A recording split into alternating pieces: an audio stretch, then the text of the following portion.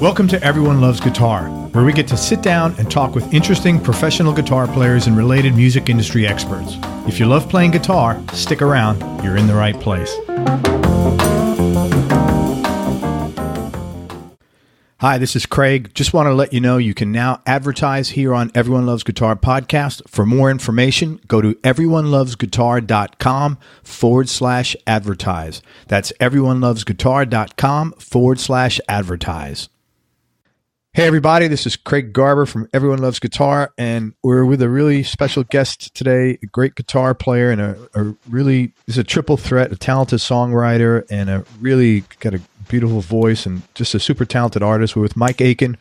Mike's originally from Western New York, and he honed his skills playing in blues, southern rock, and country bands. Originally, he began his solo career as a songwriter and an artist when he sailed out of the cold Great Lakes and eventually to the shores of coastal Virginia, where he and his wife Amy live on their sailboat, which is really cool. He's also a U.S. Coast Guard captain, and the Aikens have sailed tens of thousands of offshore miles along the Canadian Maritimes, U.S. coast, Caribbean, and Europe. And we'll talk about that because I think that's really cool, especially for someone who, like, I can't even step on a dock without getting nauseous. It's horrible, man. It's awful. Anyway, Mike recently released his 7th studio album called Wayward Troubadour. It's a follow-up to the Grammy-nominated Captains and Cowboys, which was produced by Dan Baird from the Georgia Satellites. As the first track's title indicates, everything changed with this album. That's the name of the song. Really great record. We're going to talk about it. I listened to it. Mike also writes and produces music for Raceline, which is America's only weekly syndicated show about NASCAR racing. And he currently writes the On the Road articles for Americana Rhythm magazine. He always finds time to give back to the community with his philanthropic projects that include the annual Aiken and Friends Fest that benefits youth music education, and the Great Chesapeake Bay Schooner Race, which benefits environmental concerns. He's got that coming up shortly, the 13th annual. We're going to talk about that because I think it's a really nice thing. And he's also an active endorsee for Takamine Guitars, Ovation Guitars and Mandolins, TKL Cedar Creek Custom Cases. Mike, thank you so much for your time. I really appreciate you coming on the show. Thanks for having me on. This is great. Yeah, man. Wayward Troubadour, man, it's your 7th album. I want to congratulate you. That's a massive catalog. Thanks very much. When you start doing this, you don't know how far you're going to be able to carry it, and I'm pretty proud that I'm still making music and putting it out, and it's relevant. Yeah, man, you should be. That's a major accomplishment to produce one record, and in today's musical environment, to produce 7. That's amazing. I was curious, is there anything different about this record, either musically or maybe how you went about recording it or anything? It was about 3 years in the making. And I guess there are a couple things different with it. This is self-produced, and I produced some of my early stuff and sort of got tired of myself and started hunting for another producer, and went through a few people and then ended up, connecting for the last record with Dan Baird, who was amazing producer. I mean, really good. So through that sort of collaboration with Dan, I got to know him, he got to know me, and I tried to get him back on this one. And Dan was busy with his own career. So at this point, I was sort of shopping producers, took it to Texas to start recording this with somebody I knew for a long time who was going to be the producer. And we really, really butt heads. I mean, this was a longtime friend, really didn't work. Somewhere he had a stamp of where he thought I should sound like, and I had what I thought I needed to be in my head pretty clear. So I'd call Dan up and say, hey, Dan, here's what I'm going. He goes, that last one that you always give me credit for, he goes, you knew just what you wanted. I just helped you get there. He goes, forget about it. Go produce your own record. You know what you want. You can do it, That was, and I thought that was really helpful. So went from there, and I thought I would get what I need out of Austin, and didn't. So we went there and tracked for a week, and I ended up, throwing out all the tracks and didn't like it at all. A little costly week, but it was, but I really wanted this record to be what I believed in. I just had a real clear sound in my head of what I wanted. And you never know when you talk about 7, you never know. We put a zillion miles on, you never know it's going to be your last record. And there's a point where, to me, each one has to stand up to some pretty hard critique from myself. You know, the rest of the world can say whatever they want, but at the end of it, I've got to look at it and go, I'm proud of this thing. This means something to me. So then we took it to Leapers Fork, Tennessee, about an hour south of Nashville, and a great studio. I handpicked the guys that I knew to be in the band. We went at it, and then I mixed it with an engineer that I really like in Virginia Beach. So it was 3 different studios. It was quite a while to get it where I wanted it to be. I like what you said. You never know what's going to be your last record. I like that because that's reflective of work ethic and, what you want to put out there, that, you have pride of ownership basically, and I think that's really cool.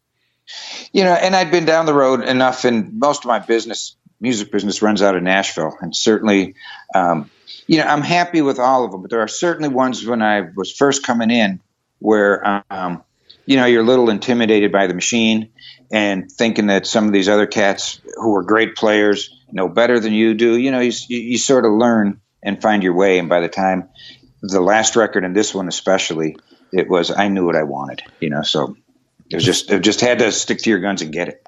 That's really cool. Some of that's a function of experience, and some of that's a function of age, like not being intimidated, at least for myself. Sure. I agree with you completely. It's kind of like if, not that I've had to do this a lot, thank God, but the first time you have to deal with a lawyer, like I had to do that for some reason. I was a kid when I was getting divorced, actually, when I was very young, and I was really intimidated. And now it's like, wait a minute, cash is flowing that way. You work for me. Yeah. Period. Yeah. I can understand that. So let's talk about a few of the tracks because I really liked it and I want to talk about some. So the first track I want to talk about is called Hangover Helper. It sounds like it got some great electric guitar. It sounds like there's some like delay or reverb on it with some distortion. Well, there is that. Both of those depends on the guitar. I did this record with Kenny Vaughn. I don't know if you're familiar. Yeah, I interviewed Kenny. Sure, yeah, from Marty Stewart's band. Yeah, he's a great player. So Kenny, great player. Real intuitive. Great guy, and he plays pieces I certainly can't. I mean, he's really good, and he'll play stuff out of my brain. I don't know how he does it. So on that one, we talked about where we wanted the guitars, and I'm pretty much a minimalist as far as when I work with an engineer. Let's say the engineer in Leapers Fork wanted to mix this, and he made everything real lush, and I'd go, my mantra recording is that needed? Does that add? Does that track add? If it doesn't add, let's not have it there.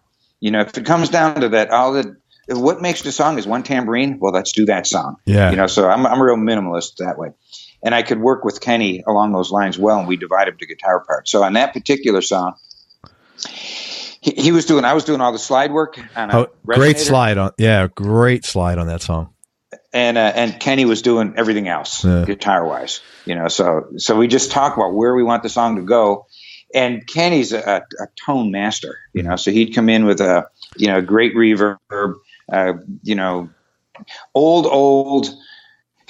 It was this weird combination amp he was telling me about. He's into vintage stuff. That was a combination of a Vox AC-15 and a Fender that was made for 1 year in Fullerton.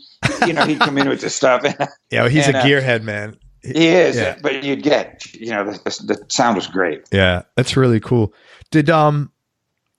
Was there any particular backstory, like Hangover Helper? Was that like based on an experience that you had one night, or like you had to be somewhere and you were hungover, or? Well, it's probably based on many experiences. not saying I'm a drunk, but I am a sailor and a musician. Sure, man. And so on the docks, there's a thing that's called when a rum front comes through. It's sort of, you don't expect it. Everybody's sitting around. It's a nice evening. Before you know it, you drank too much rum. A rum front came through. Oh, rum front. That's cool. I never heard a rum front. Thank you. A rum front. So the next morning, somebody go, "Ooh, a rum front came through, huh?" And there's a few of us. So that was the next morning, walking down the dock, and I was just thinking, if they just made something like Hangover Helper, that would be really nice, And it started, I started writing the song within 10 minutes of that. That's where it came from. There was a particular rum front came through. That's awesome. So, very cool story, man. 2-Lane Highway, beautiful vocals on that. And was that you singing? Yeah, man. In that one, I'm singing lead vocal. Henry Paul Yeah, from the Outlaws. From the Outlaws is doing, we gave him sort of he does the answer part and all the harmonies with Amy.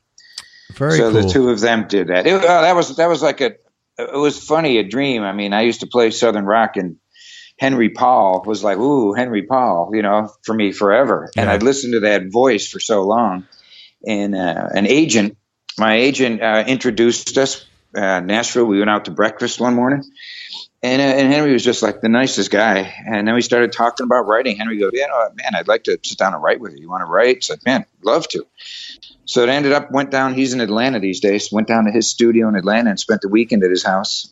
And we just started talking about backgrounds. And even though when the Outlaws formed, that was out of Florida. He's from upstate, if I remember. But he's from upstate. Yeah, right, man. Yeah. So we start talking about experiences on farming. His grandfather owned a big truck farm, and he spent tons of his summers as a kid, working the farm. And we started. We just connected in a lot of ways. That's cool, man. So for me, aside from, I think the song's a real good song. My memories of doing it with Henry, and then just connecting with this person on a human level was a ball. That's awesome. Your voice sounded beautiful there, man. It reminded me of like Jim Croce when I was listening to that. Thanks. It was really, and I've never heard I've never heard that's the first time I've ever thought of that in my life. It was just really very sweet. It was really, really cool. And I was after a little bit of a Jimmy Webb thing in production. There's a baritone underlying it. I wanted this big landscape to sort of come out of it, like you'd get an old, Galveston or, Lineman for the County sort of production. It was both of them are sort of haunting songs, but the production takes you to that spot. I just sort of loved what they did. It's great how you had such a clear vision for what you wanted on all these tracks. Yeah, I can't get it out of my head. Sometimes it drives me crazy, but no, that's wonderful because it makes your life a lot easier. I mean, easier and harder, I guess. Harder because you've got a target and you got to hit it, and if you're not hitting it, it's frustrating. But it's cool that you have that vision going into this thing so early. Yep. Yeah. Thanks. Dead Man Runs Before He Walks. Now that was a haunting melody, man. And that solo in the background was great. Was that you? No, that's Kenny. That's Kenny. He nailed it. He did. It was funny. I did the resonator. A real simple, sort of a haunting rhythm guitar that carries the song along, and then we came into that lead, and that was like Kenny's first take. He just goes in this thing, and it gave me chills. We were doing it. I go, man. He goes, well, want me to do some other ones? I said, let me hear that again. I go, no, that's done. You're not going to hit it any better than that. I just loved it. Dude, kudos to you for being able to say that. Because it's so tempting to. No, let's see what else you could do. But that's it. I think it's confidence and experience that behind you to do that and let them. Yeah, I've found from the past you can put too many ingredients in and you can kill a song by overdoing it. You have to recognize when it's there. One question, if you remember, was he playing a Strat on that? It sounded like that. No, playing a Telly. His Telly, He came in with about 3 different Tellys. And that's a selection to him. 3 different Tellys. And those. So it's funny. We were talking. So we were cutting it, and like within 2 days after we got done working, he was on the road with Marty in Ireland, I think. So I was talking to him. He goes, well, these are the guitars I got laying around home. But all my good ones are on the road. We shipped them over. I don't know how many he's got, but he walked in with 3 really vintage, really cool Tellys, and he could get a lot out of them. They're all the pickups select. One was set up with humbuckers, one was set up with standard Telly pickups. I mean, they were just set up to get what he wanted. Yeah, he's a master. So I'm assuming right now what you're spending most of your time doing is working on promoting the record. That's the truth. Yeah. Yep. Yeah. You put all the time and effort into it. It is time to work it, and that's what your life turns into at that point. What does that involve for you? What does promotion look like for you? For me, it's you're hiring a publicist. I've got a record promoter in the U.S., a record promoter and publicist in Europe, and it is just just working it. I guess that's it. Every day you're getting up and working it and then going out and playing. Mm. So a lot of road time. And your wife works with you a lot. Yeah. The way actually Amy's in the band, plays, backup vocals, all sorts of percussion and drums, depending on the configuration, but she plays all sorts of stuff. So we're on the road all the time that way together. A lot of times we're out doing, smaller duo shows. Europe is as a duo. That's Europe's cool. pretty expensive to go over, so that makes it a lot easier. Yeah. And she also owns the record label I'm on. So sometimes I'm just a chunk of meat on the table. Nice. I feel bad for you. Hey man, go ahead. That comes from years ago being a bunch younger and sort of getting caught in a jam with Capricorn Records when they were going under and losing a bunch of money, and then going off and going sailing and coming back and said, if I do this again, I'm going to build control into it. And that's where years ago we set up our own label so I could control things. Good for you. Do you know how many people I've interviewed that really just got screwed by Capricorn? I mean, it was prolific. Yeah. Everybody was, they were it. They were the label, and it looked like they were still building, and all of a sudden they were done. It was tough. But they had so many people that really should have been, marquee. Like I interviewed, Tommy Talton from Cowboy? I know who he is. I don't know him personally. That band had everything going for him, and they just dropped the ball. And another guy, Ian Moore, it was just like they really screwed everything up. Yeah. Yep. Very nutty. Hey, so you're from Western New York. What was your childhood like? And you grew up in a little tiny town, I think you told me last time we spoke. I did. I ended up in Bennington, New York. Wasn't a post office. We shared a post office with Darien, New York. For me, it was a great childhood. My folks were, a little background. My mother's, she's dead now, but she was French, came over with a different way of looking at things, came over after World War II. Oh. And that was a pretty tough time for her. So she came to the States because it was the country where the liberators were from, really. Yeah. At a young age, at 17, she came over alone to try to just get out of a war-torn country and a lot of family loss.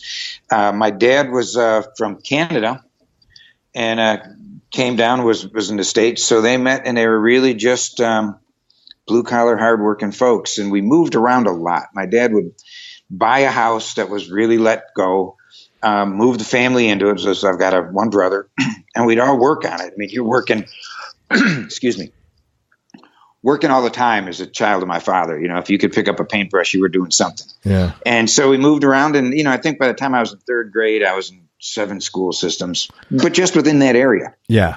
Yeah. So that's how, they did it the old school way and, became successful upper middle class folks. But you learned how to hustle at a young age, which is such a valuable skill set, man. It is. And learn how to, for me, it learned how to be entrepreneurial. Yeah, that, and learn how to be, comfortable as a loner. Yeah. You didn't have those same friends all through your school time, all that. And that's probably the biggest thing with me, with this Wayward Troubadour, any of it, is for Amy and I, as long as we're on the go, we're happy. If it's on the boat, we're happy. If it's, if we're, we're on the road all the time, we're happy that way. If, you get off the road, there'll be a point where you've been gone for a month or something, you're pushing, you go, man, if it would just be nice to be home. Well, that's good for about 3 days. 3 days, I'm going like, okay, now what are we doing? That's just our nature. Yeah, you have a hard time sitting still. Oh, yeah. Yep. Do you find, because I'm like this, and it's a blessing and a curse, like I measure like how good a day I had by how much I got done, which is like awful. Like I said, it's a blessing and a curse, It's funny. It is a blessing and a curse. And I do all the time. I'm the type of guy that's always got about 3 lists going and yellow pads all over with that stuff. Right. I like accomplishment. And I like it a couple different ways. The music stuff can be sometimes so hard to feel what you accomplished during a day of promotion and all that. Yeah, there's no measurable. I mean, it's not there's not as much measurable Yeah, it's hard to tell the impact of certain things that you do. I can understand that. Yeah, it is, and I've always had some other things where I do physical stuff. Well, this would have come out in some of these questions later, but as a young age, I used to shoe horses for a living. I had a bunch of horses, big farm, all this stuff. And now, same thing. I do sailboat rigging. I love climbing masts and being up in the rigging. And sometimes that is so nice to get away from the music and do something you turn around and go, oh, I just actually did this thing and I can physically see it. Right. There's that pleasure of accomplishment for that type of thing. And it's measurable. You can know how much work, you know what it looked like before and what it looks like now, or how much. I totally get that. Yeah.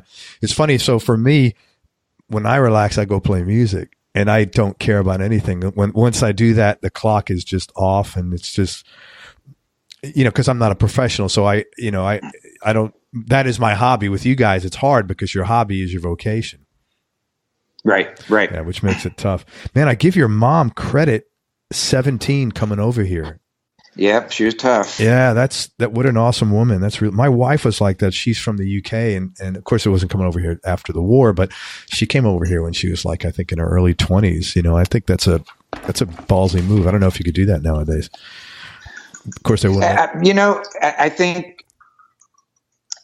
I think people do that all the time. I mean, I think from here, we're pretty comfortable in this country, but a lot of the people coming to this country, trying to escape a harder life somewhere else are doing that. I think that happens. Was playing guitar your original dream, or like, were you planning on doing something else like, flipping houses or something? No, probably guitar just captured me, and writing. I'd have to say pretty equal with it was being able to communicate a story.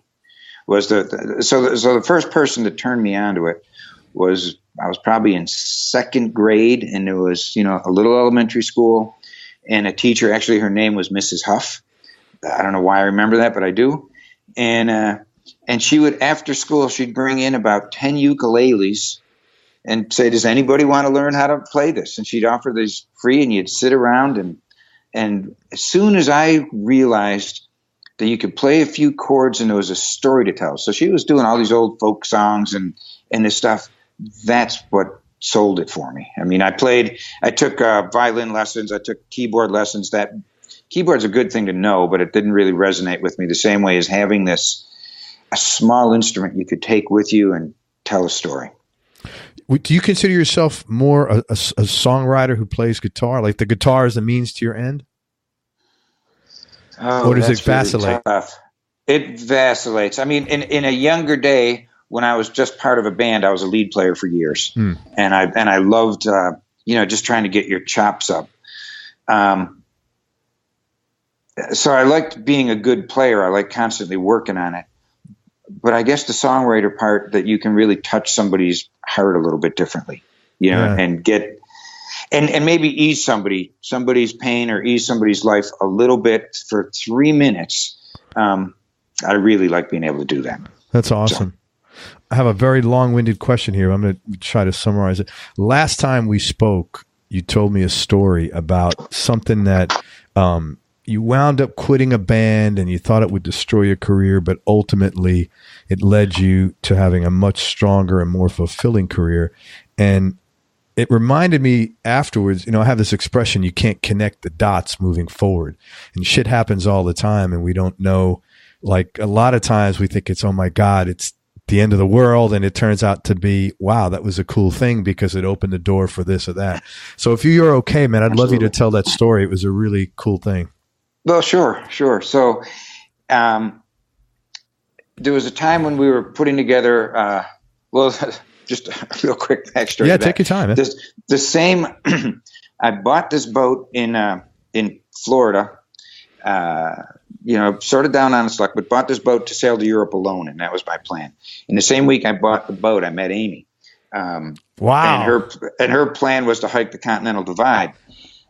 So then she goes, boats sailing to Europe? I think that would work. So that sort of started that. So you guys had that chemistry that quick when you met? Yeah. That's awesome, man. I was like, shockingly, yes. No, that's wonderful. I had the same with my wife. That's electric, man. And if you would have told me that that could happen the day before that, I would have called bullshit on it, And like I said, you can't connect the dots moving forward, man.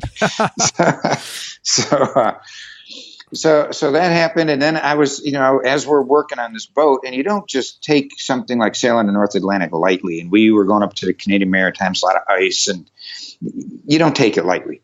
And our philosophy is, if you're going up for personal pleasure, which is really what that is, you don't have the right to call somebody to bail you out. So we look at it as we're going to get there or not, but we're going to get there on our own. Calling the Coast Guard to send a swimmer and put their life on the line. If it's commercial, if you're out there working commercial, to me, it's a different thing. But if you're just going out there playing, you don't have that right. You got to be more self-sufficient than that. So long story is, we're putting a lot of work onto this boat, and I'm being the guy in a band that I hate. I'm being the guy that's coming to rehearsals not prepared, doing this stuff. So I finally had to say, guys, let me find somebody to replace me. I'll teach them the parts, but I don't want to be at the end of this. I don't want you to hate me because I'm dropping the ball all the time. So I thought that was really going to turn into, I'm going sailing, that was going to be the end of just a youthful career, and I was killing it. That's really what I thought was going to go on. So then we left, and it really put a focus on writing a lot more. I spent more alone time, not leaning on a band, and hearing a lot of other people's music. And, and in the end, when we came back to the States, and, I always look at it as a Blues Brothers thing. I came back with a suitcase full of songs, with just the songs. All of a sudden, by the time we came back, we were gone. We left the country and we're gone. We'd come back to visit, but pretty much 10 years we disappeared. Spent a bunch of time in Europe, a bunch of time in the Caribbean, and pretty much went off the radar. But when I came back, there were all these tunes just waiting to come out, and that wouldn't have happened if I didn't leave the band scenario. So we started. I performed throughout Canada and Portugal and Europe and the Caribbean on a real basic level, and that helped. That helped a lot. What a great story, man. And it also gave you started to learn to be, for me, more observant of what was around you. Sometimes when you're just in a band and you're just, working that night, it becomes a job. And to me, I just wasn't as observant as going out on the boat, pulling into a port. You're the stranger all the time in those foreign ports. You're the stranger, and you observe how other things are going. And that lesson of being observant, I think, really helped my writing. What a great story. I have some follow-up questions to that. Sure. First thing you mentioned that self-sufficiency thing. I am so steadfast on how important that is for anybody, like for your life in general. Like I couldn't imagine not, waiting for somebody else to fix your shit or anything like that. I think it's so important that you take care of yourself. And this way, if the consequences one way or another, it's on you, which you could fix. It's not like, well, something happened because I let somebody else, and I think that's such a, not to get off on a tirade, but I think that's such an important thing. And I think if people were more self-sufficient, they'd bitch a lot less, and everything absolutely would just go smoother, man. Yeah, place the responsibility on your shoulders instead of whining and saying somebody else should have done it. Yeah, right. Well, that's like whining about the price of lettuce. It's nothing you're going to fix. Well, what happened? What happened with sailing is, and I'll take it to that, is technology advanced so fast. And there was a time when Amy and I were sailing, and mainly it was due to lack of funds, but we were still doing celestial navigation. You really did it that way. And once GPS is, it's on your phone, you can get that technology so cheap. It's crazy. That it has put people out at sea that don't have the skill, really shouldn't be there, and they have a false sense of security because their GPS gives them a route from, Norfolk, Virginia, around Hatteras to the Bahamas or the Caribbean or whatever. And those folks, because they didn't have to go through the years of really learning how to do it, they just think they can because they can buy their little tool. Yeah. And they're the ones that are out there in the fall of every year calling somebody to save their asses when they just shouldn't be there. Really. They have a false sense of confidence. And for me, that thing of going, and I talk to those folks. There's a bunch of rallies that leave out of the Chesapeake. What's going to happen? I look at a boat and go, this thing's not ready for sea. What's going to happen? I'm just going to call somebody to come and get me. Well, it's total opposite of self-sufficiency, right? Yeah, wrong. Yeah. So you also, I don't know anything about this, so I have some questions which may be like real stupid or ignorant, and I apologize. There are no questions like that. Well, you may be surprised. when you're sailing, like how far off for wherever, land mass you are, how far away from land are you at any given time? Okay. There's two answers for that. You're always about 1.5 miles straight down. Okay. That's your closest landmass is the bottom, and where you never want to go, Otherwise, let's say from here to the Azores, go to mainland Portugal, that's 2,000 miles away approximately. So you're 1,000 miles from any land, coastwise, when you're in the middle. So it's, holy smokes. So you're out there. I mean, our longest passage to date was from the Canary Islands to Antigua, and that was 24 days at sea, and a few thousand miles. That's amazing, man. I find that like so intimidating. It's like, you really got to know what you're doing, man. It's intimidating, and it's enthralling, and and you learn a different respect, to me, for real power. I mean, when you're in a North Atlantic storm, and we've had our asses handed to us a number of times. When you're in a North Atlantic storm and that sort of power, a hurricane, when that sort of power hits you, to me, it became the benchmark for what power is, compared to people that act real powerful. Yeah. That's real power, and it is intimidating. It can be absolutely, it's not on this record. A couple records ago, I wrote a song called One More Night. And that was a story really that I was writing, really to Amy is where it came from. But we were in the storm, and that's what, you'd go to sleep at night, and that's what it was. One more night. And we said that I said it to myself quite a few nights in a row when we were really in it. And it was just like, one more night. Well, that's all I need is one more night. And then, you do that often enough, 1 foot forward. But and a side story on that, on the songwriting thing. So years after that, in Norfolk, you get all these, you get all these service people that come back. You're coming back home. And I met this woman that got a hold of me. She knew the name, and she asked if I would look at a boat with her. So, okay, didn't really know what was going on. Go and look at this boat with her. And it turned out she was a Marine sergeant who was in real bad situations. And she ended up admitting me she was buying that boat as sort of an escape for herself. But she goes, what got me through? I said, what's that? She goes, that song of yours, One More Night. Wow. I go, oh, fuck. That was whoa. I just got goosebumps, man. That's heavy shit. That's awesome. And for me, that was payday. Wow. You can't get paid if you can help somebody through. Oof. Holy smokes, man. I have goosebumps. That's a really cool story. Thank you. Wow. Thank you very much. When you first started playing professionally, were there any big surprises for you as it relates to the business end of the music industry? All sorts. I guess at the point, when you're a kid playing, it's all just heart and it's all just excitement. And when you start realizing how much of it is a business, I think the thing you have to learn is to separate those two. There is music and there's the business of music. And if you let the business of music overshadow the excitement of being a musician, it kills you. You see a lot of musicians sort of give up and go away from that. It's pretty, it'll squash you fast. But that's really, and you realize how much of a business it is. And it's a pretty heartless business when you get to the business side of it. So you can't let that kill your inspiration and kill what you're trying to do with the thing you love. Let me ask you about that, because I've heard that. I've had conversations, on the show and then off air about that with loads of people. How is it that everybody that gets involved, I would think everybody that gets involved, or most of the people that get involved in the music business, are there because they like music, because there's something about putting on a song and feeling a certain way that says, man, I have a connection here.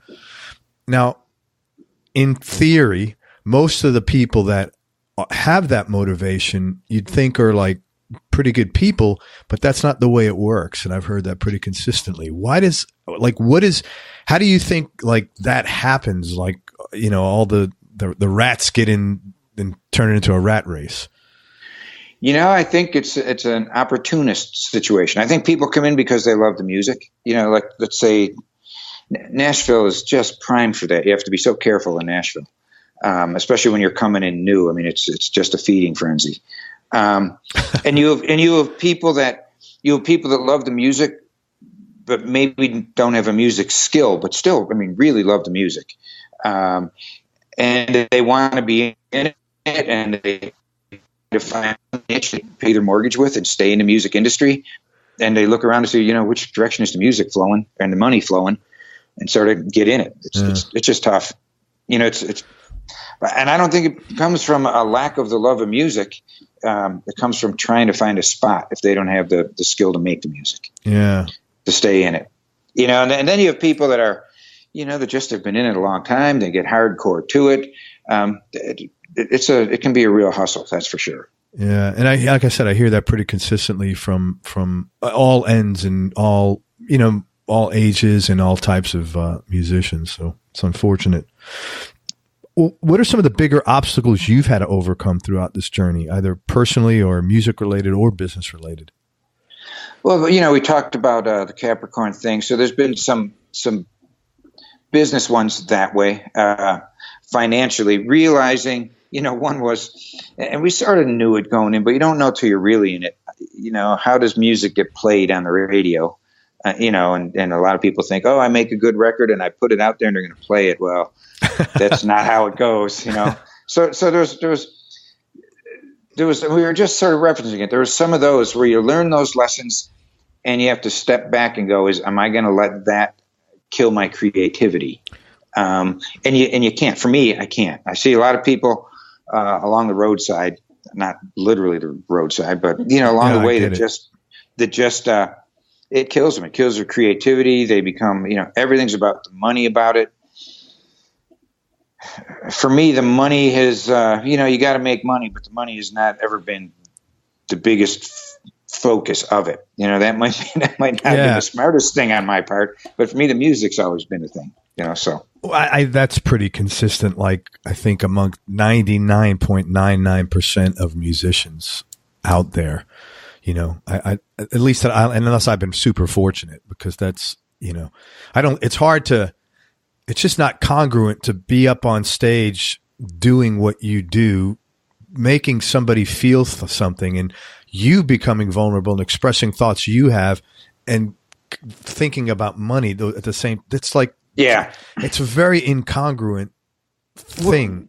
Where you see it more is like with side players, people that have really studied to be a fast guitar player, a great drummer, but they don't have maybe they don't have the connection to the song. They're your side players. You put a band together. Sure. And sometimes you'll have those folks. They're great players. They work real hard to get there. And it's about, what am I getting paid for this gig? And it's all about just getting paid for the gig and going home. There's not heart. So you work your way through who you're going to have working with you to get the right people to put a feel off from the stage. That's a hard lesson as far as growing up and doing it. One of the ones is it's almost who's the best. You do auditions or you're working with people, and a lot of time it's not the guy who's the flashiest player. It's the guy who's really good in hang time in the bus. He can be 3/4 of the player, but when the bus is broken down, you don't have somebody whining and complaining and crying. You got a good person with you. Yeah. And when that happens, all those times that you've gone through that, and everybody does. Sure. Well, that comes out positive on stage because you're connected as a band, and you really get the music across. I hear that consistently too. The music's an hour or two a day. The other 22, 23 hours is the hang. And if you're miserable, it's really miserable for everybody. I hear that. Yeah. And I must say, in reference to your last comment, I've been really fortunate because I have to tell you, 99% of the sidemen I've interviewed are so grateful to be able to do that, to play music. And I know that there are guys out there that are looking at it for the money. I've been really fortunate that I have not run across very many of them, to be honest with you. And I can't knock those guys. They've got families and kids, and they've got bills. I mean, I can't knock it, but it's not what I want to be surrounded with. It's not congruent with what you need to communicate your vision of your music. Right. Yeah, exactly. I totally get that. And I can understand the trying to balance that out. Hey, let's talk about gear for a few minutes. What's your go-to guitar right now? You play a bunch of different ones, I know, and maybe what are your top three altogether? All right. Yeah, I was. Now you're smiling big time, man. That's a tough question because I love guitars, and it's interesting. If you get in a slump writing, get a different guitar. Man, each one of them speaks to you differently. They just do. If you're in a slump, you pick up a different guitar, and all of a sudden you think different, you play different. It's really helpful. So, but to try to narrow it down, on sort of an electric side, I play a 66 Gretsch Tennessean. Wow. And that's just a beautiful guitar. Searched when I was a kid, I had a bunch of them, sold them. Didn't know any better. And so I started searching actually for this last record for this guitar, and you found it's vintage, but not all vintage is good. Oh, yeah. And in those, if you got the right one, it just is beautiful. And there are a lot, I went through a lot of guitars to find the right one, but that one speaks to me real well as an electric guitar. I've got. Do you have that nearby? I'd love to see it if you have it nearby, if it's handy. If it's not, no worries. Well, hang on now. Yeah, man. Take a little walk. Let's go see that. Take a little walk I'd like here. to see it. Where did you get this? Actually, I got it at Carter Vintage Guitars. Yeah, I interviewed Walter in Nashville. Yeah, I interviewed Walter like 300 episodes ago. Yeah, so they've sold. Let me see here. I'm gonna point you at. This is a pile I brought in. Nice. Guitars. Nice. And let's get to that one. Thank you, man. So I appreciate you going. This is a custom case that Cedar Creek built just for this guitar for me. Very cool. Shout out to Cedar Creek. There you go. Yep. Oh, they treated me they're great folks. Man, I'm excited just watching you unbox it. Wow. There it is. Isn't that beautiful? Man, that is okay. Yeah, so let me just describe it. It's like a Tennessee, and it's got two F-holes. It's like a wood, like not chestnut. What color is that? Actually it's maple. But I don't know. I think it was more of an orangey color when it was made, and it's faded into that. Oh, man, that is gorgeous. Wow. And I'm assuming those are stock pickups? They are stock. What Gretches usually come with are these pickups called Filtertrons, and that's sort of their trademark. But they made a few. Filtertrons are humbuckers, if we're getting into gear. Are humbuckers, but they made a few of these single coils, and these are called high-low-trons. So those are single coils? Yeah, those are single coils, big fat single coils. But they're not like a P90. They don't quite act like that, but they're called high-low-trons, and they are so chimey and just beautiful. Man, that is great. It's got a Bigsby on it, and is that a Rosewood neck or ebony? It looks like Rosewood here. Right? That's Rosewood. Man, what a beautiful guitar. Wow. The faded orange is really cool because you never see something that looks like that. Yeah, you don't. Let's see here. Wow. And it's really slim. Yeah. Wow. It's beautiful. And it's cool because I can actually cover, it's semi-hollow in there. But I can actually cover a fair amount of acoustic. If it's with a real clean, and if I'm doing like Texas swing type stuff, I can make that thing, get a right hand thumb pick thump. That's awesome. Going out of Texas swing stuff, the guitar responds. You can do so much with it. Yeah, I love that one. Man, thank you for showing me that. That's a beautiful guitar. Wow, what a cool looking axe, man. So, and then all right, hang on. All right, now we're busting out. Now we're busting out the whole Aiken collection. That's cool, man. Very cool. That's a beautiful case, also, man. That looks like you could throw that thing on the airport thing, and it would be safe. Yeah, yep. Another TKL piece. So this is.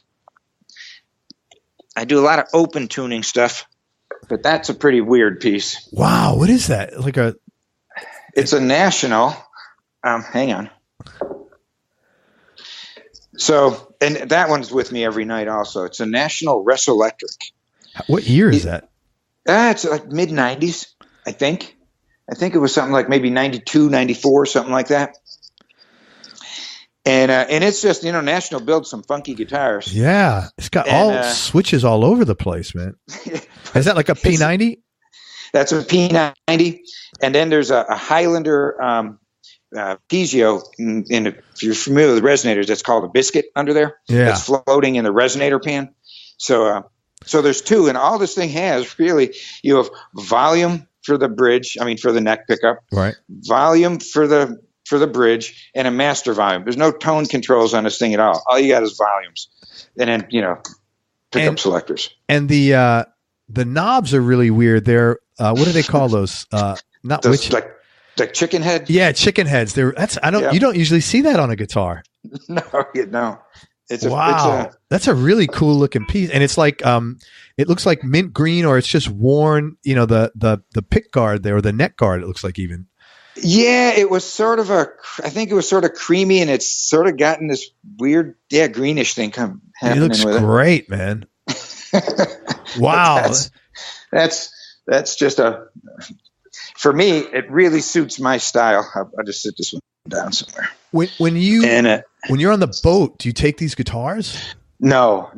I had, in where the boat is, Norfolk, Virginia, we've got an office in a boatyard that I store a bunch of stuff at. The saltwater and the humidity kills them. I took an old Martin with me when we crossed the Atlantic years ago on that trip, and it about killed the neck. The frets were coming out.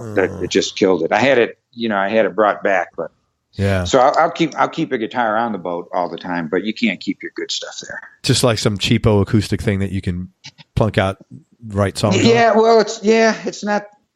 Through the Takamine folks, they've hand built me quite a few guitars, so it's a good guitar.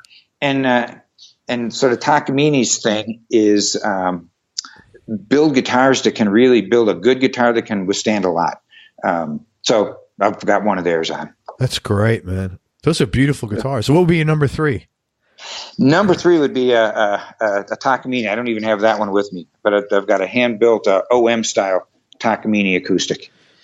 That they built for me. So I'll give you a little story behind that resonator. Yeah. On the story. So Amy and I came in from, I think we left the boat in Spain, flew back, and I was getting the Martin looked at.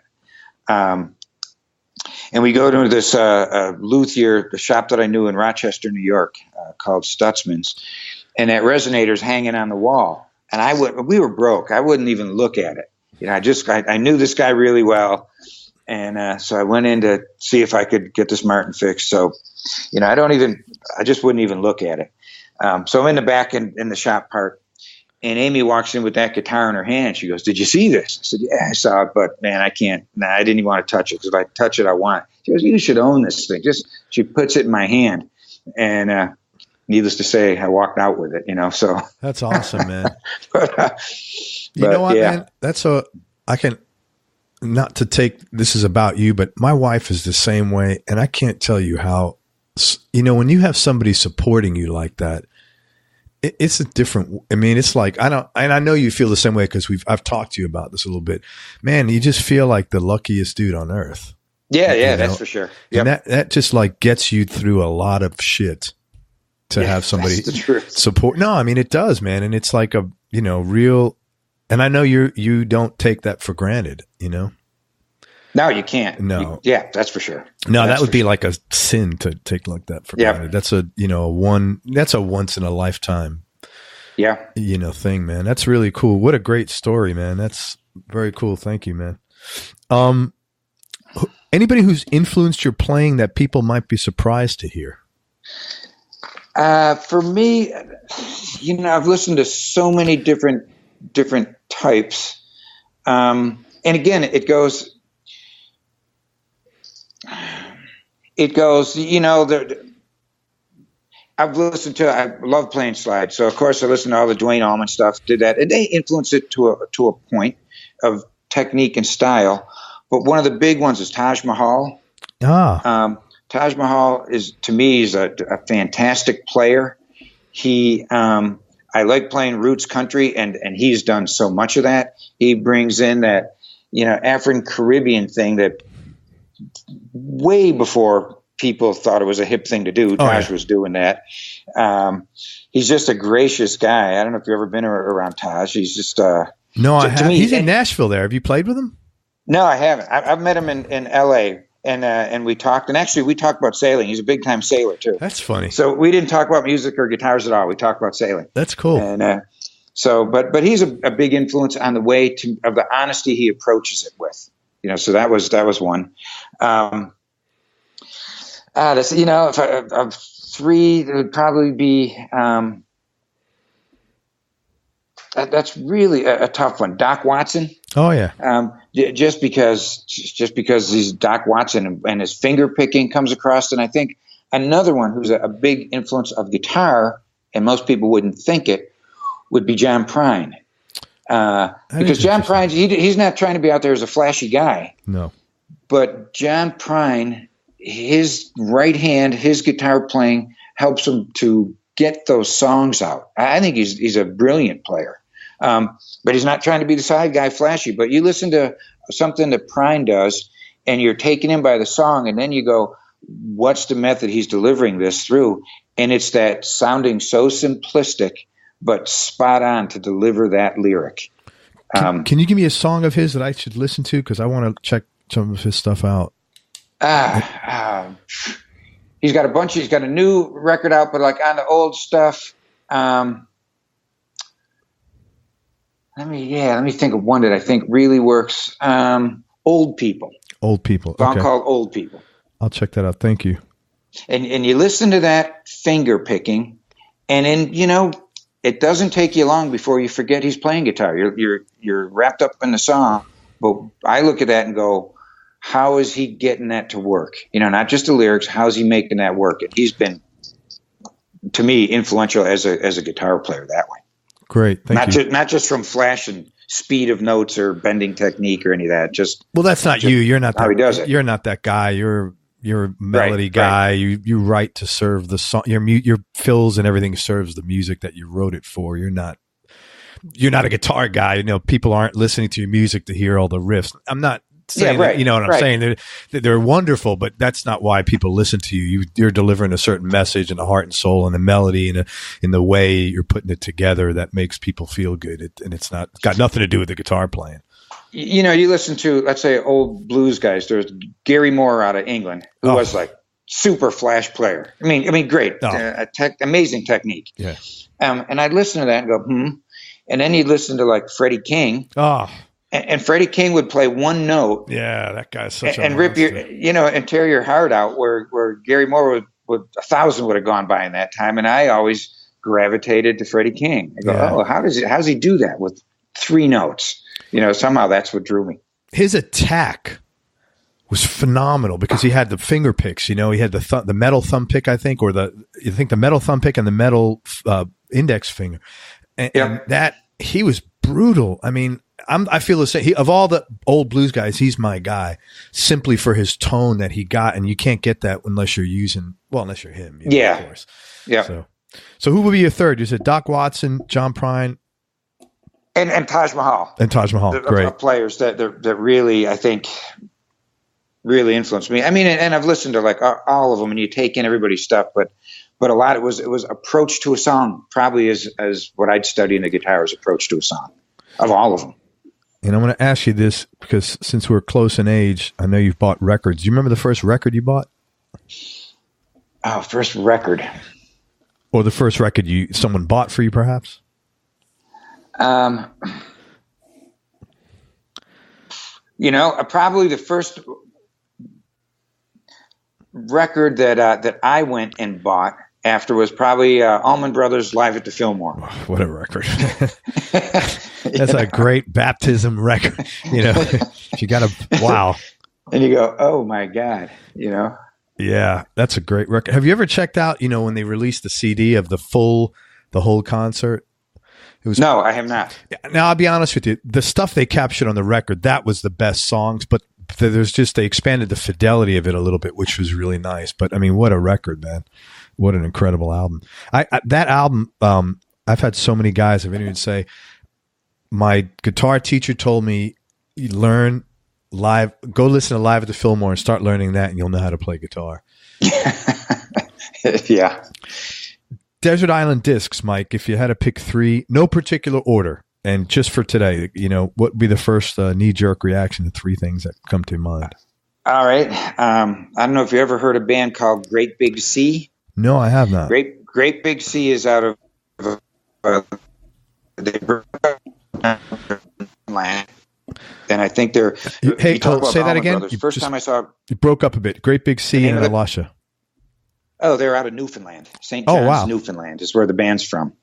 And first time I saw them, much later, they're an acoustic band, and they gave me that same sense of, I couldn't believe it, of power that the Allman Brothers would, seeing them live in the day. They're so powerful. There was a guy called Bob Halleck, his name, and he played all sorts of accordions, fiddle, flutes, tin whistles. This is sort of like a Celtic folk rock sort of band, I guess, with a bunch of maritime stuff thrown in. And then a guy, Sean McCain, and he did acoustic and Boron, did that cool Boron thing. And then Alan Doyle, who was probably the main lead guy, did bouzouki, a bunch of different acoustics, great voice, and an acoustic bass player. But the band is phenomenal. The writing is great. Their harmonies are great. So, and C is spelled S-E-A. S-E, a great big. Okay, hold on one second, because you are describing a band that sounds exactly like an Irish band. And give me 1 second. I mean, literally the same thing. And I guarantee you know it. Let me just look this up here, because they were a pretty big band, and they're like a jam band is what you're describing, with the flute. Moving Hearts, have you ever heard of them? No, I don't know that name. Yeah, they're a band out of Ireland. It sounds exactly like the same thing. They with the flutes and bouzouki and big massive bunch of people in it too. You'd get that. I mean, Newfoundland was really, there's really Irish descendants and fishermen for the most part for livelihood. Yeah. So you sort of get that. But if you ever have a chance, look up a Great Big Sea. Just great stuff. I circled this in red. So that's my to-do list. What would be another one? Probably next one would be probably Jason Isbell. I think Jason Isbell is really a phenomenal writer. That Southeastern record's great. Just great. I really like his stuff. And it takes somebody a while to get me to accept him, I guess. It isn't like a flash in the pan, and he just puts out consistently great stuff. Yeah. And I love it. And the other one was probably Taj Mahal, that Natural Blues. And actually Recycle the Blues and Other Stuff, I think, is the one where he does with the Pointer Sisters. And it's just this mix of it's the first time I heard somebody starts that record out blowing a conch shell. And I go, what is that? I dig that. Then I saw him in concert where he just comes out alone. And now here's a poor fitting. I go to see Mothers of Invention, and Taj Mahal's the opening act. And of course, Mothers were what the Mothers were, and Frank Zappa. But Taj walks out alone. Walks out and opens the show. It blew me away. But he was bringing in that seafaring stuff, and then he took you to Africa, and then he took you to the Caribbean, and then he took you, to American, blues. The guy's phenomenal, So that's what. Do you know a guy named Ricky Hirsch from Wet Willie? I know the name. I don't know him, but I know the name. He was just telling me last week Natural Blues. He told me the same album. He recommended it to me literally last week. He said it was the same exact reaction. He says, it's phenomenal stuff. So that's on my to-do list. And that has been, you listen to something like off the new record of mine, you listen to Traveling Bone. Yeah. That song, Traveling Bone. A lot of Taj influence in that. Just the setup of a song, the rhythm guitar behind it, what I'm using a resonator on that too. But there's a lot of Taj influence on that song. Very cool, man. Thank you for sharing that. So this is a tough question, man. What do you like most about yourself, Mike? That is a tough question. It's a tough one, man. I know. I think I like that I keep looking forward all the time. I don't think I'm a whiny guy, and I keep looking for a new good thing. I'm pretty idealistic that way. You also strike me as the kind of guy, if you say something, it's done. Like, Well, absolutely. Yeah, you don't need a contract. If you say, that's going to happen. If you say no, it's not going to happen. That's exactly how I am. Yeah. How about the flip side, man? If you could change something about yourself, what would it be? That's a tough one too. It would probably be maybe, especially in the past, I was a real wise ass in schools, high school and all. And I wish I would have understood what they were trying to give me. It was free. One of the few things, free. Music teachers that were trying to teach me. Language teachers that were trying to teach me. And I was just a wise ass. So I hear you.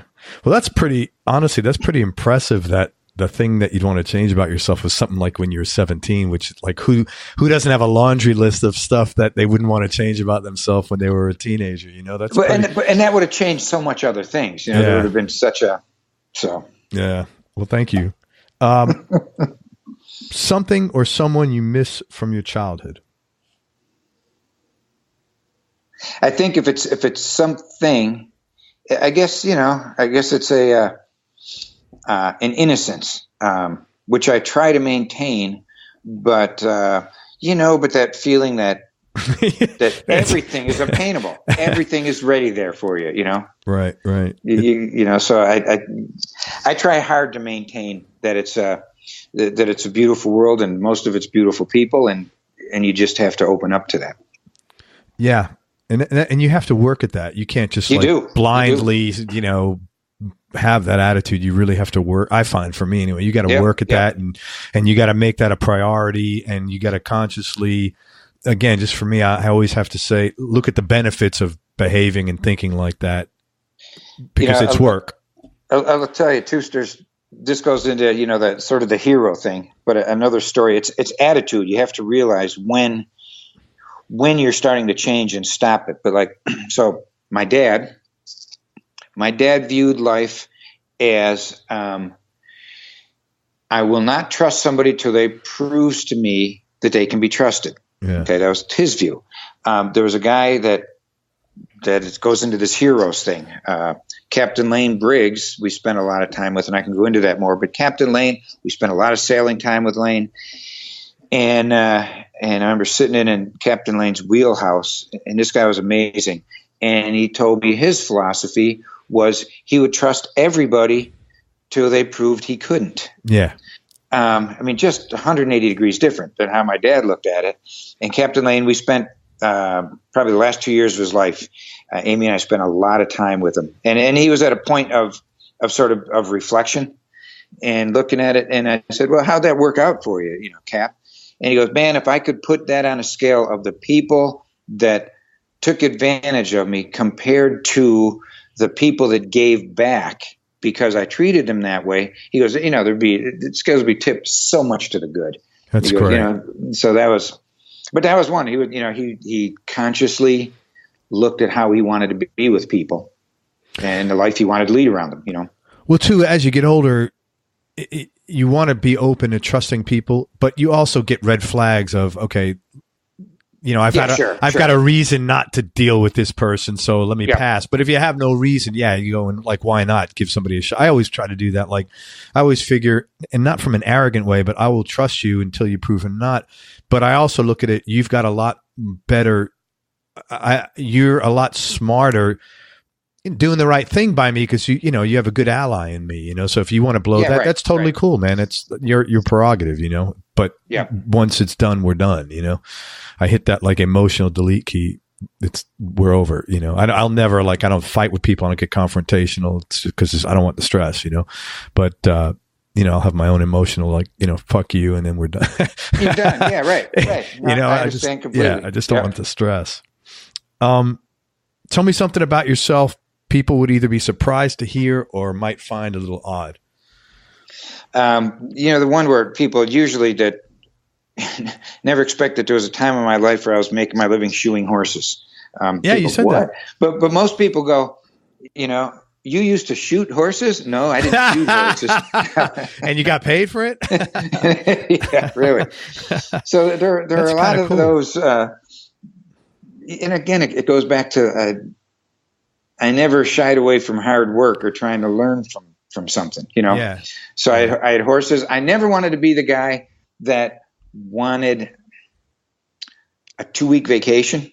Mm-hmm. So for me, if there was something about, let's say horses, I like to trail ride at a point, spend a bunch of time. I wanted to do that. I wanted to make it what I was doing every day. Yeah. See if I could make that pay off and really immerse myself in whatever it was. It turned that way in sailing and music and the things I really want to do. I don't want to work at something that I don't like to get 2 weeks to go do something that I do like. If I have to do that every day. Let me ask you something. You're definitely, somebody who has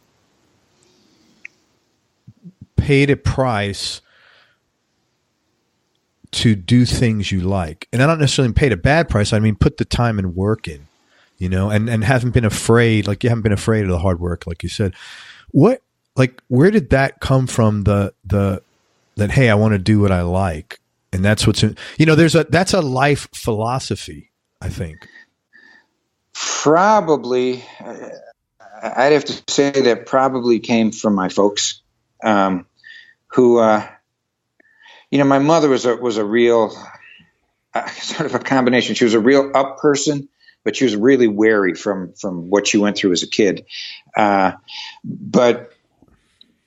But she lost 3 sisters in concentration camps. Oh my God. And their husbands. Whoa. And so she would take us back as children, kids. We'd go back northern France, and she would take us to those camps, and she would take us to those places as my brother and I, and really go, you have to learn the cause or the effect of certain actions. And in your life, you have to learn that there is an effect from everything you do. And so she sort of always instilled, be aware of what your actions can do, either as an individual or as not watching what your country does.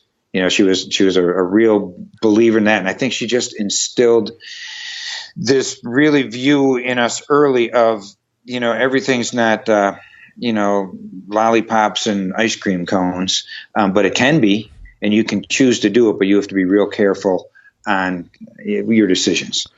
But you had the haze, not the haze, the sunlight of optimism behind that message. It sounds like you did. I mean, she was really cool. a believer that you can change things and do things, but she didn't ever want you going into it blind. I think is what she was trying to teach. Yeah. That okay. There's a beautiful world out here. I'll give you a story on that was an influence. So I was with her. She was dying of cancer, and so I'm sitting next to her. And she was, and she's going out, and then she would get this, like a little girl smile on her face and come up and be like, right there with you. And so one I said, hey, it's a beautiful smile. What's going on? What are you doing? She goes, I'm smuggling friendship. And I said, you're smuggling friendship? She goes, I'm smuggling friendship from behind the enemy lines. You always got to smuggle friendship. Wow. And she was like gone. And so there was this part of her that was that was so positive, intense, man. It was so positive. Wow. Thank you, man. I'm taking a minute to process that. That's pretty intense. Thank you. Holy crap. So that's what, and the end of it, she was still, and they were sending her as a little girl. They were sending her because you couldn't as an adult, but they were sending her under the fences to like steal potatoes and food from the Germans and bring it back to the family. And I can't imagine. Yeah. That's not childhood. Right. But this was in France going on? Yeah, World War II. Yeah, I thought all that stuff was like in Eastern Europe, like Poland and. No, this was they were where they are, or where I still have cousins. My family's over there. Like one day they were Germany, the next day they were France. The line was moving over the top of them all the time. And but yeah, hard times. Wow, thank you for sharing that, man. That was really deep shit. I know that I know the answer to this one, but I'm going to ask you the most important person in your life. It's Amy. Yeah. But that one, I can't have, that's probably one I was going to say. Let's not ask that one in case other people that are important. I mean, they ought to know that, but I don't want to offend anybody else who's in my family, Yeah. But it's not like an unreasonable answer that your wife that you've been with for like 20 years or 25 years or whatever. We've done so much, gotten ourselves in and out of a whole lot of stuff. That's for sure. Yeah, of course. That's pretty reasonable. Tell me you told me the most important thing your mom taught you, I guess, was this that you could do anything with this optimism. What's the most important thing your dad taught you? I think from my dad is my dad's stoic. He's just stoic. He's a pretty slight person. Stoic, and he cuts to the chase. There's no bullshit with him. I mean, and as a kid, there was no line for bullshit. As soon as you started, he just there was no plan. There was just no bullshit. And I watched him through so many things, stand for his beliefs, and he will stand for his beliefs. I mean, against the odds. He's just a stoic, realistic guy. He's still around, your dad? Yeah, he's 88 and in an assisted living place in Clearwater, Florida. Right down here, man. Yeah. Yep. That's great, man. And yeah, he's something else. Well, that's great. But there was one of those that, you talk to my father, there was just there was no room for bullshit or even trying. You just knew he looked right through you. You know. So. Did you pick up a lot of that? So like when you're dealing with someone and they're throwing some shit your way, you could kind of smell it? I bet I do. Yeah. I've had people ask me, I've had people go, man, you're a little standoffish. And usually it's not that. It's a little bit of a judgment. Yeah, it's like with you. Yeah, it's some energy or vibe they're putting off. That's I get it. I totally get that, man.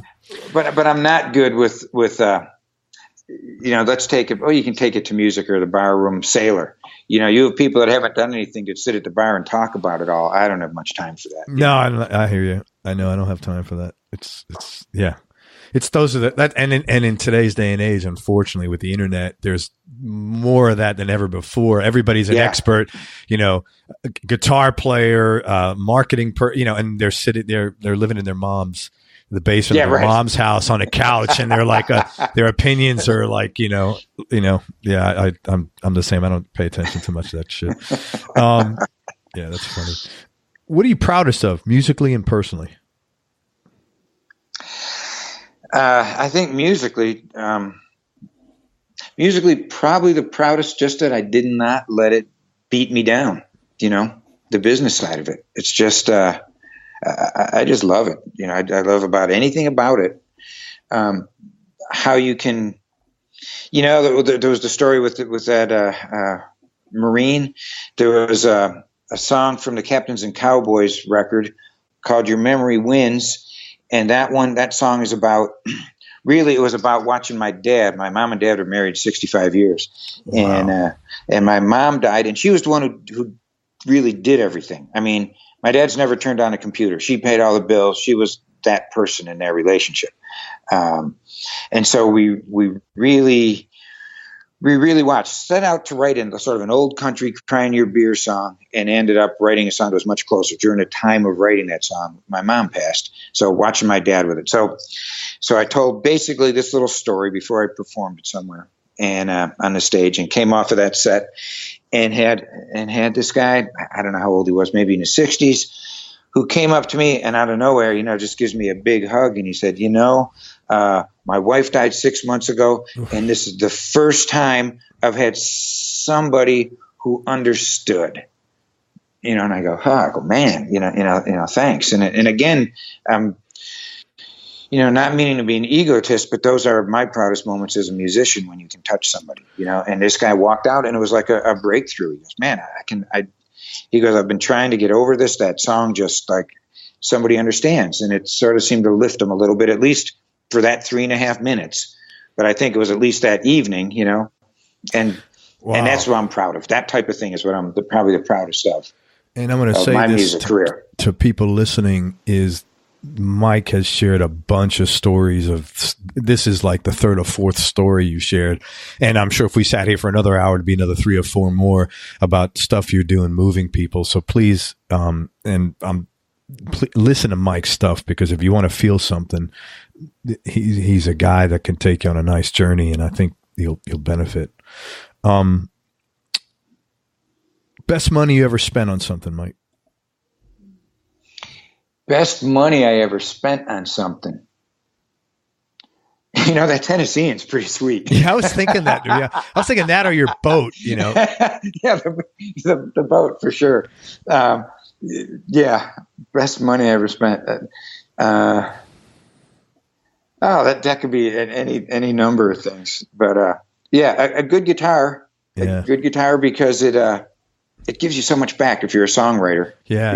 Then you just start. It grows. It's a thing that grows. And the boat, definitely, we've had boats. Boats are a funny thing. Offshore sailing boats, to me, they are not an inanimate thing. It may sound strange, but there's a heart and soul in those things. And when they get you, the whole thing is take care of them, take care of them, take care of the boat, because the boat will take care of you. And we've had that happen a lot of times where I go, man, this thing. And they just sort of knew, there are times where we're getting beat up and we're low on energy, we're low everything, and the boat just, man, drives you through. Well, I was thinking that because when you were talking about when you were in the Atlantic and in the crazy seas or hurricanes, there's got to be something to that thing that's helping you help navigate it. Yeah, absolutely. Yeah. Absolutely. I don't know what it is, but anybody who's spent a lot of time and been through a bunch with a boat is the same way. It comes down to that sailor superstition thing, I guess. But but you get it's a real personal feeling with your boat. Any hobbies besides boating or interests outside of music? I tend to go all in. At one time, I rode motorcycles long distance. Had horses for a while, rode them long distance. I've always been intrigued by having this thing that could be part of your life. That you could, like a boat, you live on it, but you can move it. You don't like your neighbors? Well, untie it and go somewhere else, and motorcycles and horses sort of follow that. I guess that's a theme I haven't thought of before, but that's a big part of it. And, and in a lot of ways, guitars are like that. I heard a line actually from the other guitar player in my band. We were talking about this stuff, and he says, I guess for me, he goes, I've been chasing guitars all my life. And I thought that sums it up pretty well. There's a song in there, Mike. Yeah. But those guitars for me have walked me into doors I could not buy my way through. You walk in with a guitar, if you find you're playing in a kitchen somewhere in Spain, they've just got me into so many great situations. Man, I'm going to ask you 3 more questions. Favorite place you've traveled? You've been literally all over in all sorts of situations. What are some of the cooler memories you keep with that? All right, here's one, and it comes back to the guitar thing. So we were in Halifax, Nova Scotia. I really love Nova Scotia. Man, you like cold places. Not really. I mean, Newfoundland, how it went. Newfoundland is freaking ice cold. Halifax. This is part of, this is part of that same trip. This is a He-Man we're talking to, everybody. we went left to Great Lakes. I learned how to sail into Great Lakes. Went down the Erie Canal to the Hudson, and most people beeline it south. And really, we took a left turn and went to get immersed in the music of Cape Breton and Newfoundland and Nova Scotia. The music scene up there is just phenomenal. It's sort of akin to the Appalachian scene, where you go to a little, Sunday event, little family thing. There's nobody from the outside, and there'll be like a family band, some 5-year-old girl blowing the doors off a fiddle. Oh, bluegrassers or something. That type of stuff, and the Celtic side of it. So we're in Halifax, which is a fun sailor's town, and we're ready to go. And it's really foggy up there. So we said, no matter what, we are leaving on the morning tide, which was like 5 a.m. And we are getting out of here, and we're not getting caught up in this town anymore. It's been fun, but we're leaving. So we walk down the dock. The other side of the dock, there's a boat, and on the sail cover, really small, all it says is Russia. Russia. This is interesting. So then a couple guys come off the boat and start talking to them. Then they invite us on the boat, and it turns out it's a 40-foot steel boat that a group of fathers and sons had built. To follow in the wake of Columbus. It's pretty interesting. So we go in, and we were in Halifax, and I forget what year that was, but there's all these boats coming in that were doing this sort of following in the wake of Columbus. And there was a big Polish tall ship was near us, and the Poles weren't getting along with the Russians too well. But all these people were there there's no politics going on. It's just people in the sea. So they bring us on the boat, and we're playing, and the one guy, we start talking about music, and I said, "Where do you play music? Could you bring your guitar over?" And they bring over a guitar that during the course of crossing the ocean, somebody came through a hatch and put their foot through the top. Okay, so it was shot. It was no good. I said, okay. So I go in it, and it's to get that old Martin. You get my Martin. And there is a guy on the Polish ship who's an American guy, Simon Spalding, who's sort of a music maritime, history guy. Mm-hmm. And they have him with the Poles, and he's playing a bunch of their music. He's playing a bunch of American old-time sort of working history stuff. He's a fiddle player. And he sort of leans over, and he goes, "Where are you going?" I said, "I'm going." He sees me with the guitar. I said, "Heading to the Russian boat." He goes, "You think you can talk me on? I'll get my fiddle." I said, "Yeah, sure." Seems to be a really friendly thing. And we go on, and there's like 14 of these guys. And then we spent an evening passing the guitar, and I was playing. And I wasn't really looking to play my stuff. I was looking to play a little bit. I'd play like some Neil Young, something. I'd play some Doc Watson, something so they'd hear USA. And they were playing these Russian folk songs that were, tear your heart out, make you cry. Yeah. But that was such a magical evening of cultures. And needless to say, the captain keeps filling up our glass with vodka. So that was a vodka front. There's a vodka front came in. and Amy and I crawled across the dock onto our boat. We didn't leave the next morning, needless to say. And you didn't make that 5 a.m. run. No. And those bastards were on the dock at like sunrise doing calisthenics and stuff. They put us under the table. It was great. So then that one, the captain comes up. This is like way broken English, and asked me if I had any nautical charts of the area. And I said, yeah. But for us, we were doing this on a shoestring budget. So I lent him the chart. He goes, "I'm going to go out. There's he goes, like 100 miles out, there's a Russian fishing trawler. He goes, let me go get some fresh fish. I want to come back here and do and grill this fish for all my new friends in Halifax." So, all right. So it's our only chart. He goes, and I'm figuring, I lost that chart, but last night was worth it. The experience was worth it. And, late that evening, he comes sailing back in with all this fresh fish, and they set up this whole thing for everybody on the dock. Now it's, you can't buy that stuff, the experience was great. So that was a good one. And another was, we really like Spain. The nightlife in Spain is great. I like, at being a musician, it really closes for the heat, but the restaurants start opening up at 10 o'clock at night, 11 o'clock at night. And one of the ways they open at 10 or 11 at night. Yeah. And then they'll be packed till 1, 2 in the morning. Wow. That's really cool. But you go to eat dinner at 7 o'clock, there's nothing open. I mean, they just, Why? it's closed for a big part of it. It's so hot. It's a real nightlife That's culture. interesting. I never heard of that. That's really interesting. Very cool. So that worked for us. But one of the ways I try to immerse myself sailing with people is just this is how it happened in Spain, but I've done this all over. So we're going in. I don't go to yacht clubs. I don't go to the fancy places. I try to go to more to a working harbor. Yeah. So we pulled in, and there's a little boat yard, and we anchored out, and we would dink into there and go into this little town of El Rompido, and go into there, and the mechanic he's doing this big job on a boat. So I would go in, and he didn't speak, I spoke hardly any Spanish. He didn't speak much English, but you go in and you see he's lifting something heavy, and I would go and help him do that and work with him for a few hours, not ask for anything, and then see the project and get immersed with him and give him a week's worth of labor, putting an engine in or doing whatever. Well, really quickly you become friends, and that one turned into, he invited us to his house. He knew Thanksgiving was a big deal for us. Right. Didn't know quite what it was. So would you come to our house for Thanksgiving? So yeah, sure. So we come, he has his whole family to meet the foreigners. You guys are like the new puppy. Yeah, exactly. And Amy bakes 2 pumpkin pies. Oh, we're out at the anchorage. She bakes them in a kerosene oven we had on that boat, and we come in with the pies.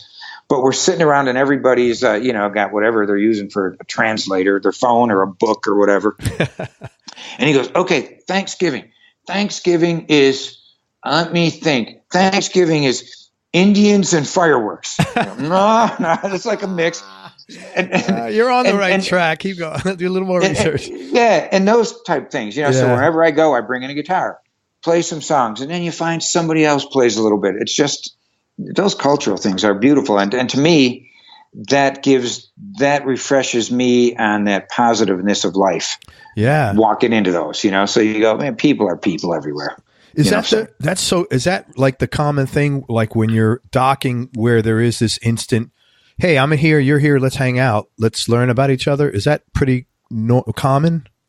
It's pretty common. I mean, if you're outside the big yachty areas, the yachty areas, you have whoever it is. If it's Americans, go to hang out with more Americans. Well, why go to Spain to hang out with Americans? No, I totally in America, and but it's a pretty common thread of long distance cruising sailors. You make friends pretty quick.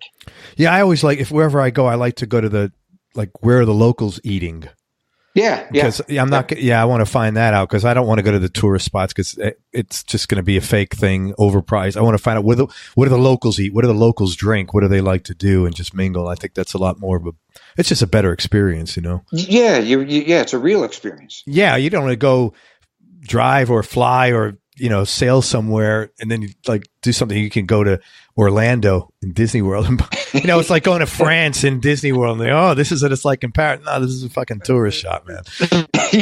Yeah, exactly. Yeah, there's nothing remotely. Same thing. People go, I saw the Eiffel Tower in Vegas. I don't think so. Yeah, no, I hear you. I find that really funny, that kind of stuff. It's entertaining, but that's it. Yeah. 2 more questions. Toughest decision you ever had to make, or the hardest thing you ever had to do? And in a lifetime of them, I know there's a lot. Those are tough questions. To narrow it down to one, there have been. I know. Imagine if you only had one, right? How good would that be? What a nice, easy life. Yeah, really.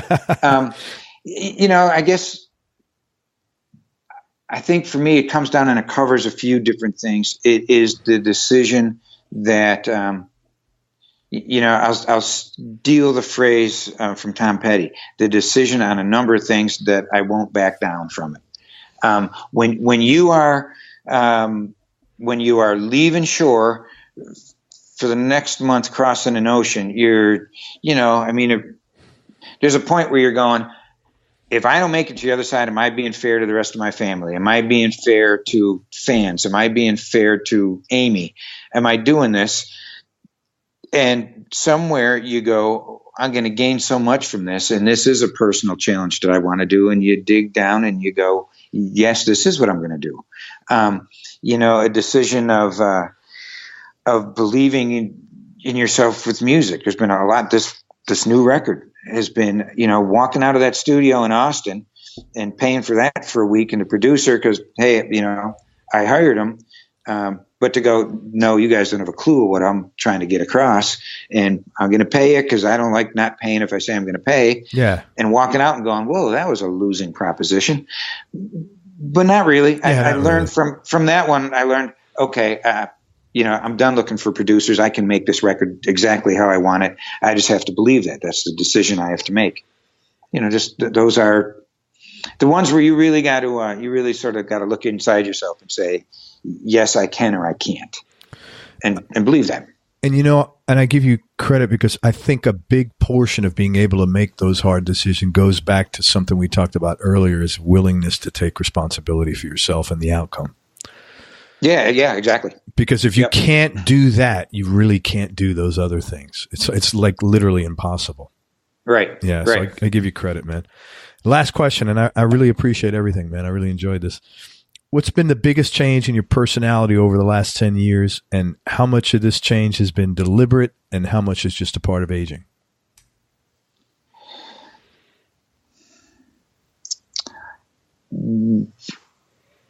One is, and it goes to a professional life on the music side, I guess, is I tended to be a little bit standoffish.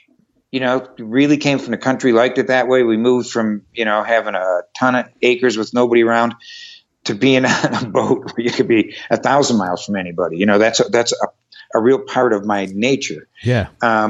And really coming to Nashville, doing a lot of stuff and having a manager that was going, you have a story to tell. Don't be ashamed of that story.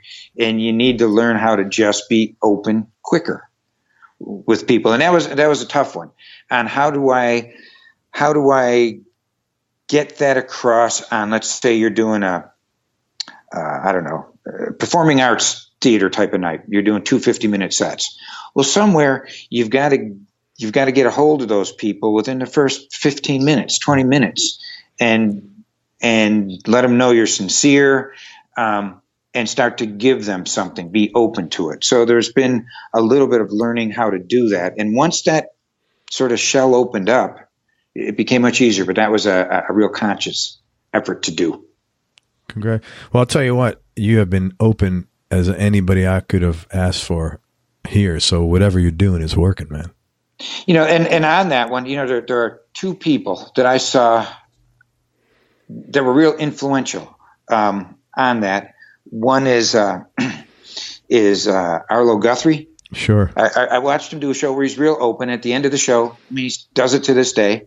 End of the show, he goes, I'm going to be outside in the back alley. Anybody wants to come and talk to me? Man, love to see you. And I'm going for the days of rock stars, and I go to this guy does this all his life, and you talk about anything. And I go, that's really cool. And I think that the other one. Did you do that? Did you do that? Yeah, go around and talk to him, you mean? No. Did you do that? Yeah, did you do that? Yeah. And how did it? I'll always make myself open. And usually, you end up with sort of lifelong fans and friends out of that. They go, huh? People they want to talk to you. Grateful as hell. Yeah, the guy that came up and and talked about his wife dying. Just making yourself available. Yeah. I mean, you go to a show, you're expecting people to shell out their hard-earned money to see you, and at the point where they really feel, I guess they're getting their money's worth, or that you're really sincere, it crosses a boundary between just being the musician and them being the audience. And and in younger days playing rock, that was the whole thing. A Zeppelin day, it was to build that wall. There was them, there was us. And then getting older, going, no, that's not what I want. I don't want a them and us at all. Yeah. I want us all here together, being part of this experience, and I'm gaining from them too. Yeah. So, and I've seen another guy who's great at it is, people hate him because he's so successful, but is Buffett. I mean, I saw, Buffett do that same thing of just making you, and read a thing of Buffett, that what he tries to do is have it so that not much time, he's giving you the feel like you're at some anchorage and he's sitting in your cockpit playing you a song. Yeah. There might be how many ever thousands, but you feel he's singing to you. And I thought that's an art form I want to learn. Very cool, man. I mean, it's got to be sincere, but you still have to. You can't be shy. You have to learn how to do that with people. But you're not that guy though. You're not going to do.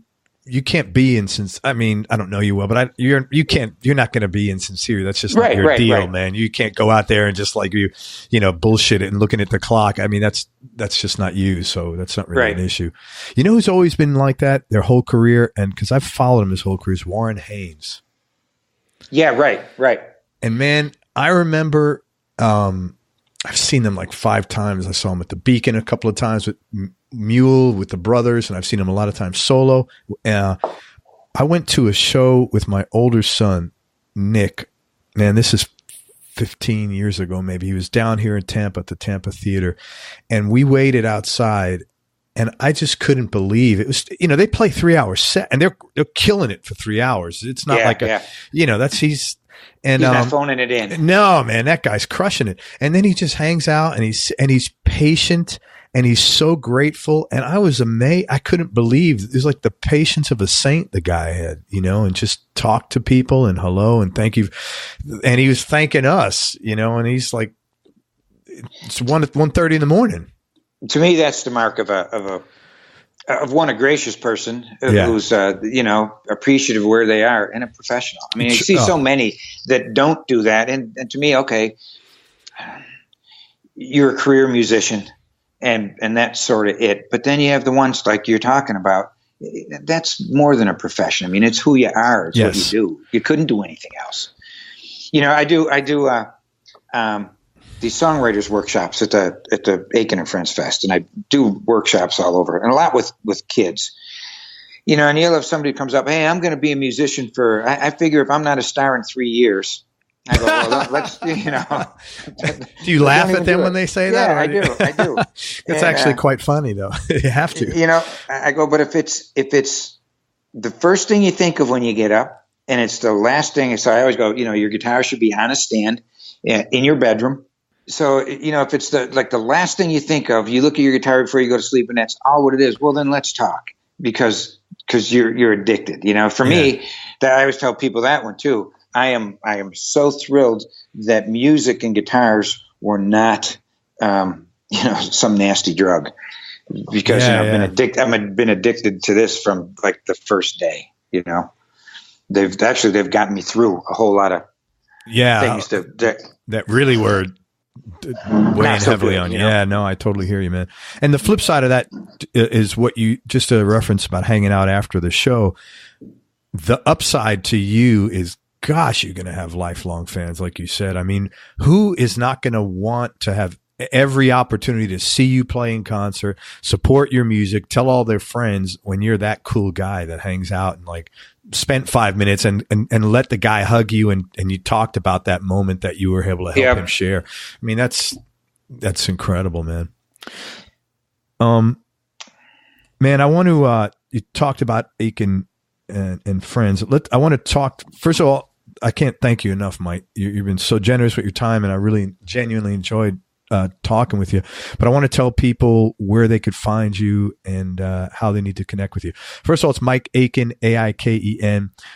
I want you to check out his new album. It's his 7th record. He's got a hell of a catalog. It's called Wayward Troubadour, and you can find it a lot of places. The best place to check him out is on his website, which is Mike Aiken Music. Again, it's Mike, Aiken music.com. And he's got links to he's got a really robust website. He's got links to everything there, and you can check out if you want to stream it, you can he's got his own channel on Pandora and on Spotify. And of course you could buy it in all the usual places, and just go to his website. I'll have all the links there. Talk about, I think you have a vinyl album coming out soon for the first time. Yeah, I do. It'll be the Wayward Troubadour record, but we decided, I mean, that was part of my thing with producers on this, is they wanted to, I did not want to make a record full of singles. I wanted to make a record. I wanted to make a record that had a start and an end and took you in a journey through it. And part of that was to put out the vinyl side of it that was an actual record. And it's becoming so popular these days. Yeah. So that's a good one. So that's coming out. We're hoping. It's funny, all the pressing plants are back ordered. Like it's getting so hot by 4 or 5 months. It's like 1978 again, right? It is. Wow. But it was fun, the process of having, the artwork for it. You had to remaster for vinyl over digital. There was a lot of stuff that I ran into that I didn't think you'd have to do. But I went to the vinyl plant. And they're going, well, the low end you can put into digital or a CD will blow the needle out of the groove. Interesting. The volume that you do digital music at will blow the needle out of the groove. There was just a whole lot of, sort of that geekdom stuff to make a good record that was fun to go through. Very cool, man. And talk about, you have a charity called Aiken and Friends. This is your 13th annual Aiken and Friends event. It's taking place September 20th. It's 2021 and 22? That's correct. In central New Jersey, and I'd like a lot of people to attend that if they can. Talk about that. What made you get into it? What does the charity do? And talk about the event itself. It started in Southern Virginia, and really it started for me. I was sailing from the Bahamas, actually to Maine, up the East Coast, and looking at sailboat goes 5-6 miles an hour. They're not fast, so you have time to think. And seeing all the variety of music on the East Coast, I think it's just such a wealth of music. So thinking, it would be fun to put together a festival that was all about the music and the musicians, compared to a lot of festivals I get booked at that are, the music's the background to other stuff going on. Yeah.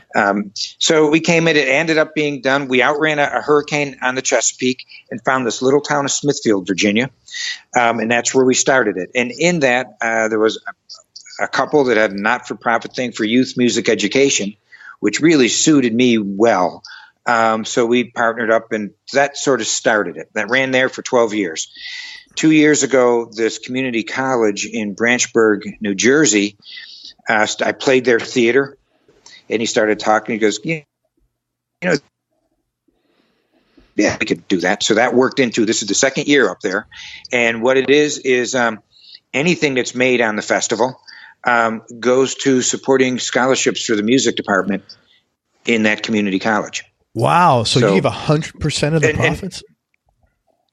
Yeah. I mean, the musicians get paid. It's not the musicians. Yeah, sure. But anything gets made. There was I was booked to play as a part of this college. Raritan Valley Community College is a beautiful theater. So I was booked in with the band to play the theater. Then at the end of the night, talking to the presenter, he started asking about the festival in Virginia. So he said, that'd be a cool thing to bring to the campus. I think this would work. So he came down for 3 years to Virginia to just watch it, be part of it. And then, said, hey, give me a number to bring this up.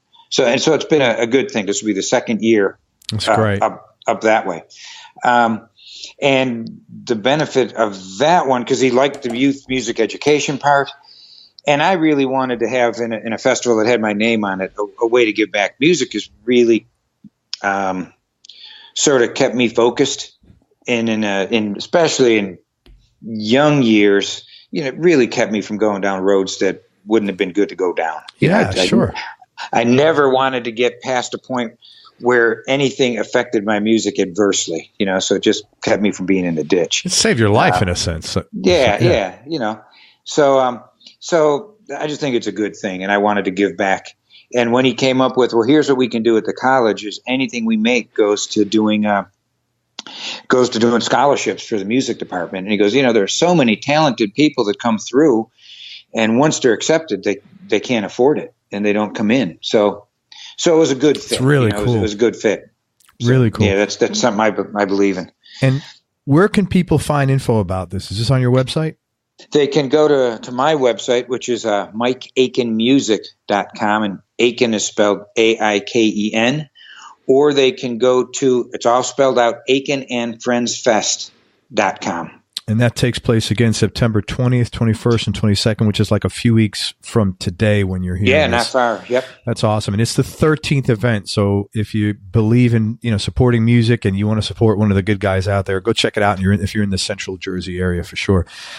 Also, Mike's touring schedule. You're getting ready to go out. Where are you going to be September, October? I know you're going over to Europe soon. Yeah, September we're going to be, and they can find, again, all this on the website. But September, at the end of this week, we're running to Texas. We've got 2 shows in Texas. Then we run from Texas to Kansas City, Missouri.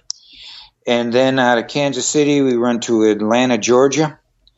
And then back up to Nashville, playing a show in Nashville, and back to Virginia. Man, that's a lot of time not on your boat. How are you going to handle it? Yeah, I'm moving. We're in a bus, a small, funky little bus. Not, it's not people, they got the big tour bus. No, it's just some funky little bus we got. But that's fine. As long as we're moving, I'm good with it. I hear you. And again, you can check out Mike's touring schedule on his website, Mike Aiken Music. And also you can hit him up on social media. On Instagram, he's at Aiken Mike, Aiken Mike. And on Facebook, it's Mike Aiken Music. Man, I can't thank you enough for everything. Did I miss anything? Anything else that we need to tell people about? No, I think this has been very enjoyable. No, I think you covered all the bases. So I guess you got a little insight to who I am and why I make the music I make. And I'm really happy I did that, and I really appreciate your time, and thank you for everything. Everybody, thank you so much for listening. I hope you enjoyed this interview as much as I did. Thanks so much again to Mike Aiken for spending time with us. Please support him and check out all the cool music that he's making at MikeAikenMusic.com, and look for his most recent album, Wayward Troubadour. It's an awesome record, and he knows how to move people. Make sure you go to everyonelovesguitar.com, sign up to our newsletter list right now, and most important, remember that happiness is a choice, so choose wisely. Be nice, go play your guitar, and have some fun. Till next time, peace and love, everybody. I'm out. We hope you enjoyed this show. If you did, subscribe to the Everyone Loves Guitar podcast, and you can do this online at everyonelovesguitar.com or on iTunes. And if you like the show, please leave us a 5-star positive review. The more 5-star reviews we get, the higher our show ranks, and higher rankings mean we get to continue speaking with cool, interesting guests on our show. We'll see you on the next episode, and until then, keep playing your guitar and have fun making music.